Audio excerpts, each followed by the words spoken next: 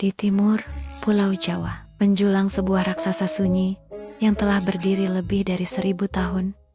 Gunung Semeru, puncak tertinggi Jawa, tempat para raja Majapahit dulu memandang langit dan meminta perlindungan pada para dewa. Konon, para pendeta kuno percaya bahwa di puncak Semeru terdapat gerbang hayangan, tempat roh para leluhur bersemayam. Namun, cerita sejarah selalu menyisakan bayangan, dan Semeru pun menyimpan kisah yang tak pernah ditulis dalam naskah manapun. Pada abad ke-14, ketika Majapahit mencapai kejayaannya, para Brahmana mendaki Semeru untuk melakukan tapa brata.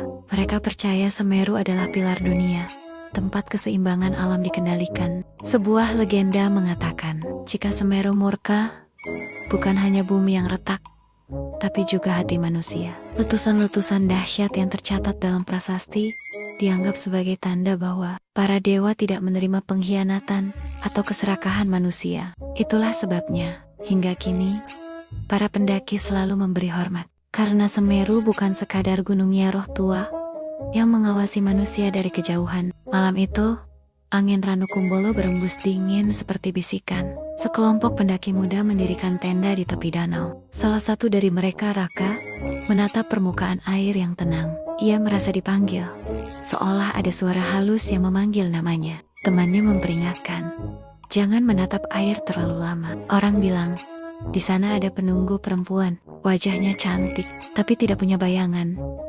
Raka hanya tertawa, tapi ketika malam semakin larut, kabut turun menyelimuti danau. Dari tengah kabut itu, tampak siluet perempuan berambut panjang, berdiri di atas air, tanpa riak. Wajahnya pucat, bibirnya bergerak, memanggil. Raka terhuyung maju.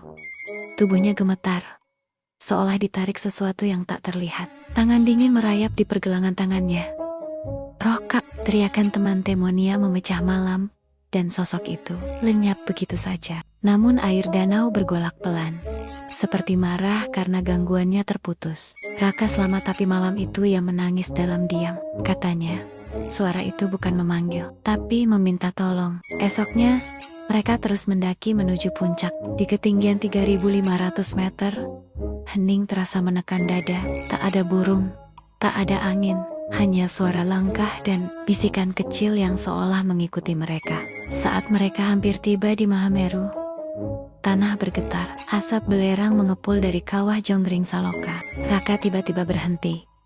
Tubuhnya lunglai. "Dia di sini," katanya dengan suara parau. "Siapa?" "Perempuan itu," dia bilang. "Semeru sedang membuka